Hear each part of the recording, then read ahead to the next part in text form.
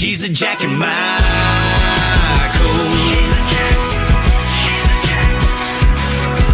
I wake up every morning thanking God that I found her. Can't control myself every time I come around her. Hey everybody, welcome back to my channel, and if you're new here, welcome. I cannot tell you how many times I have redone this intro. It's just not wanting to work with me today. But a few disclaimers before I start. One, you're going to hear Degrassi in the background. I have that on the TV. You're going to hear Emmy. You're going to hear the computer. No rights to any of this. I'm just trying to keep her occupied so I can make this video for you guys. And if you guys would, please like, comment, share, subscribe. Share this with all your friends, your family, your social media. I would so greatly appreciate it. Tell by the above title, I am doing a Harry Potter conspiracy theory video today. I am a huge Harry Potter fan. Read all the books, watched all the movies, like countless times. I couldn't even tell you. Love Harry Potter. And when I read these, it kind of makes you think in a way about how you grew up with Harry Potter, and like a lot of them make sense and they're really, really neat. So like I said, here is the 10 Harry Potter conspiracy theories. And if you see me looking down, I have a little piece of paper with my notes on it, so please excuse that. But number one, and these are in no particular order, it's just in random order. So number one, Dumbledore is actually Ron time traveling. Now, I didn't quite get this theory, but if you can remember when Dumbledore died, he did give Ron the Illuminator. And Ron and Dumbledore are kind of alike if you do think about it in certain ways. If you know, like, any more about that, comment below and let's talk about it, because I don't know. I don't really know about that one, you know what I mean? Number two, Ginny spiked Harry with a love potion with her Christmas cookies. This I believed. The first time that I watched the film and I saw that scene, and then, you know, Ron comes in and they get a little bit awkward and everything, the first thing I said when she was giving them cookies and she said, "Don't you trust me?" I was like, Ginny got a love potion and she put it in those cookies. I highly, highly believe that. And if you think about it, after that is when Harry like started realizing that he liked Ginny in that way and everything. So that one I highly believe. Very interesting and neat that other people caught that as well.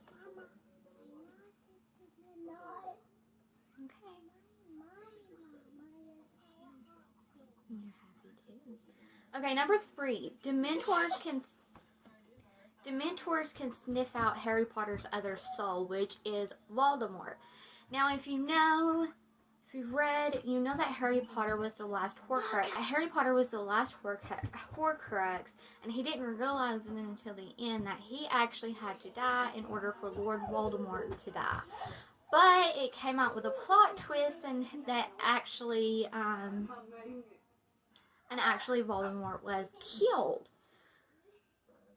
But since Harry Potter was a Horcrux, but as you know, Harry was a Horcrux, and in order to be a Horcrux, you had to have part of you living inside of that person. Therefore, when Voldemort tried to kill Harry that night, he didn't kill Harry, but he did have part of his soul inside of him. So therefore, Harry Potter has part of Voldemort in him, and the Dementors are looking for Voldemort. Therefore, that's why they always target Harry, because they smell Lord Voldemort in him, which is pretty neat. I never thought of that until I read that, and I was like, that really does make sense. But okay, number four, J.K. Rowling is Rita Skeeter in the movies. If you look at her closely, which I kind of thought that when I first saw her, she does look like Rita Skeeter, so she probably does play a part in the roles. Which a lot of people, when they make movies like that, they do play in their own movie. Like, they have at least a appearance in their movies. Stephen King does it a lot. He's in like every one of his movies. So that was kind of interesting, but okay, number 5, and I found this one kind of interesting as well. Harry is immortal because only one could survive by killing the other. Okay, in order for Lord Voldemort to live forever, he had to kill Harry, which was, again, like I said previously, he was the last Horcrux. If, you know, when they destroyed all the Horcruxes, as long as Harry survived, Voldemort survived. So, again, like I said earlier, there was a plot twist and Voldemort was killed. Since Voldemort was killed, Harry ended up, since he was a Horcrux, being immortal. Which kind of makes sense because, you know, if Lord Voldemort needed all of that to live eternally and he was supposed to kill Harry, yet Voldemort died, therefore Harry is immortal. That was a very interesting one as well. So, number 6. This one, like, I keep saying this one's interesting, but they're all interesting, but this one is really, really neat. I didn't catch on to it until I saw it, and then I saw the script that they put there from the book, and I'm like, because it was not in the movie, and I'm like, that is awesome. And it's awesome that he found his way back to Harry. Number 6 is Crookshanks belonged to the Potters, and if you noticed, he knew Sirius and Wormtail's animagus forms. Also, Harry found a letter from his mom to Sirius saying that Harry almost hit the cat with his broom. Okay, now in this part, this is when Harry was younger and his parents were still alive. Sirius sent Harry a broom for Christmas. And it was a little broom, of course. They had a picture of it, and they took it and they sent it to Sirius, and they said, you know, that Harry would almost hit the cat with the broom. So, therefore, since when Hermione got Crookshanks, and Crookshanks knew Sirius and Wormtail in their animagus form, kind of suspicious, right? And then Harry finds that letter that says that he almost hit the cat with his broomstick. It's kind of mysterious that Crookshanks was just dropped off at the like pet store that they have and needed to be adopted. And then Crookshanks ends up like knowing everybody, you know, and kind of genius for somebody to think of that. I never would have thought of that. I never would have put 2 and 2 together on that one. But that was pretty neat, I thought. Okay, so number 7. This one, I first seen it on Instagram. When I first seen it, I just started laughing. I don't really know about this. I mean, come on. Every single student in this room, I don't really believe it, but it's just funny. This is a funny one. Okay, everyone in Hufflepuff was high. Okay, so Hufflepuff is named after Helga Hufflepuff, of course. But then somebody's like, if you say Hufflepuff really slow, huff, ol, puff. You have huff and you have puff, which are 2 things that you do when you smoke pot. Okay, their jolliness. That's one thing that a Hufflepuff is known for, is like their high spirits, their jolliness, their joking around and such like that. Their tendency to be spaced out. You know, they're not really into their studies and, you know, stuff like that, because that's Ravenclaw and Gryffindor, basically. So you have that. And their dormitory is next to the kitchen. Now, whoever thought of this had to do, 1, a lot of research, 2, must have been spaced out of their mind, their self.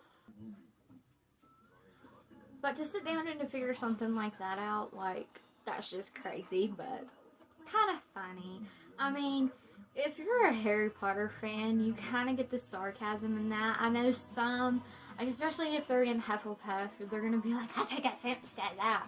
You know what I mean? But I think it's kind of funny. Okay. Number 8. And this one kind of grossed me out. And once you think about it, you're like, Voldemort was kind of messed up. Once you hear this, but actually, you know, this one I can't believe though. Voldemort was a cannibal because to make a Horcrux, you have to consume the flesh and blood of your victim to put it into that Horcrux. Okay, one, I kind of question that. But in order to have a Horcrux, you do have to have the flesh and blood. I put it into this one. Okay. But to have a Horcrux, that's what it said in the book, you had to have the flesh and blood of the person in that Horcrux in order to have them, like, inside of you to live immortally. How did he have any flesh and blood of Harry?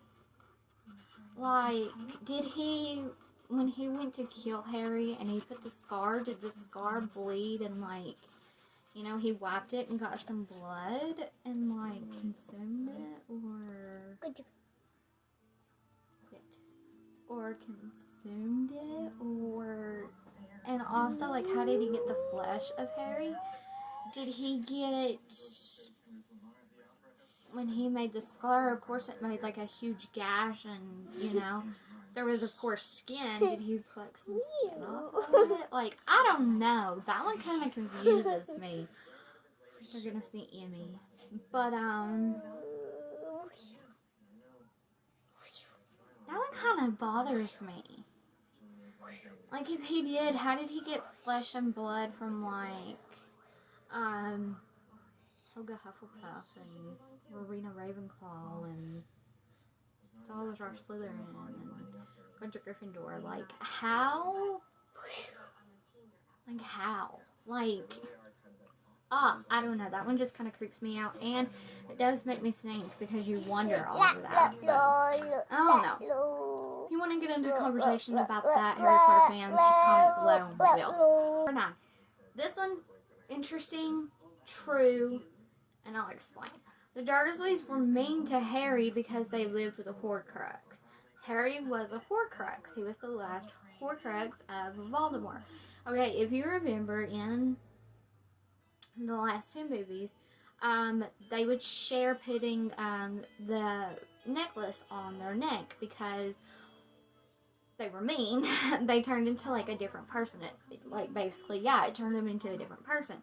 So therefore they took turns in order, you know, to maintain that.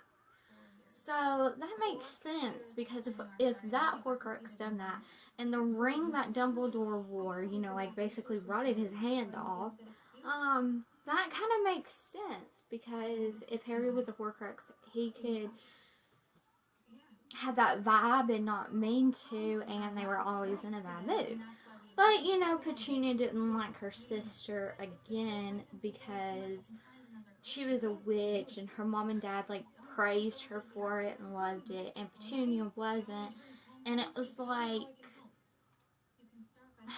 like Lily was, like, their favorited and Petunia wasn't. And, you know, Petunia, when he met Vernon, she could have, like, you know, said this and that to make Vernon not like him as well.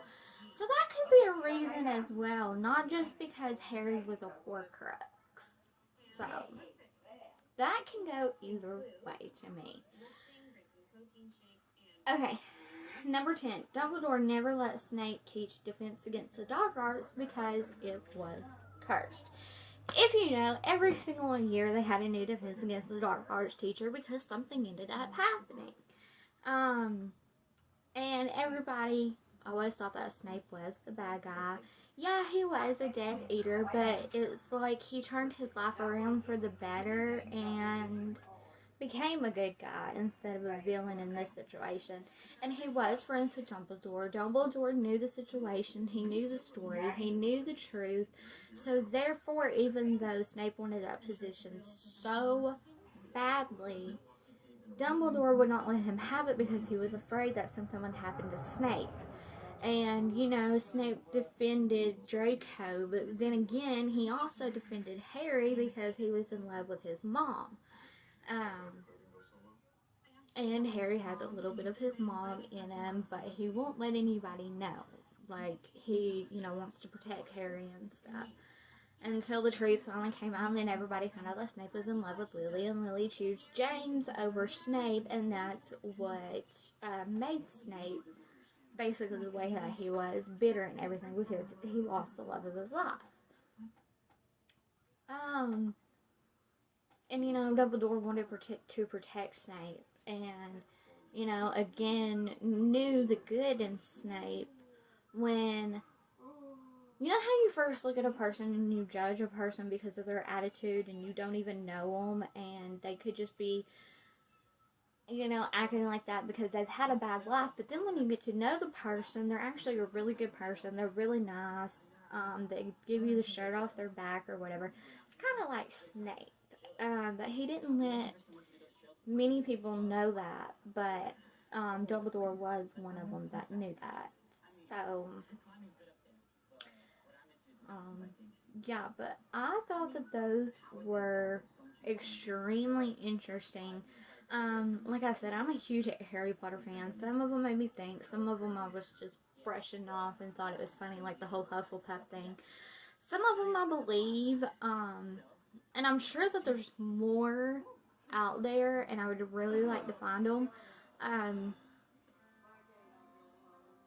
It's just, when you're a fan of something like that, and you have invested a lot of time reading the books and watching the movies and collecting things from that, and you read stuff like that, sometimes it makes you stop and think, sometimes it makes you stop and laugh, sometimes you're like, I missed that, how did I miss that, or, you know, something like that. So, if you have any conspiracy theories on Harry Potter, put them below. I would love to talk about them.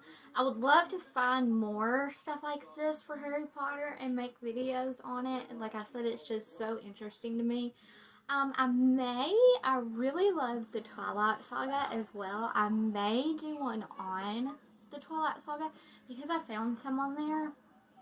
I'm going to do a little bit more, like, research on it and really, truly absorb it and think of it. But I really want to do more research on it and, like, take time to absorb it and think about it so that, you know, I can go into details, kind of like I did this. Like, I didn't really take time to absorb these because I knew Harry Potter, and it would hit me. Twilight, I really love Twilight. I read all the books, I watched all the movies numerous times, but I'm just not as invested in it as I am Harry Potter. Like I freaking love Harry Potter.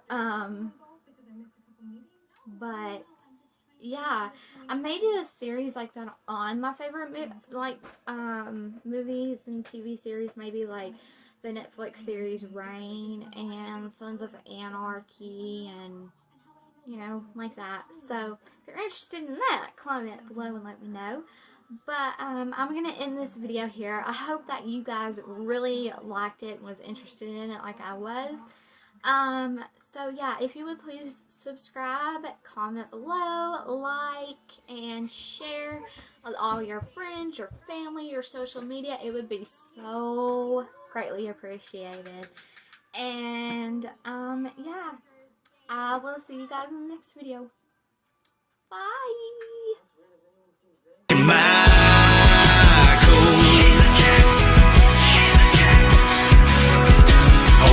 Every morning thanking God that I found her. Can't control myself every time I come around her.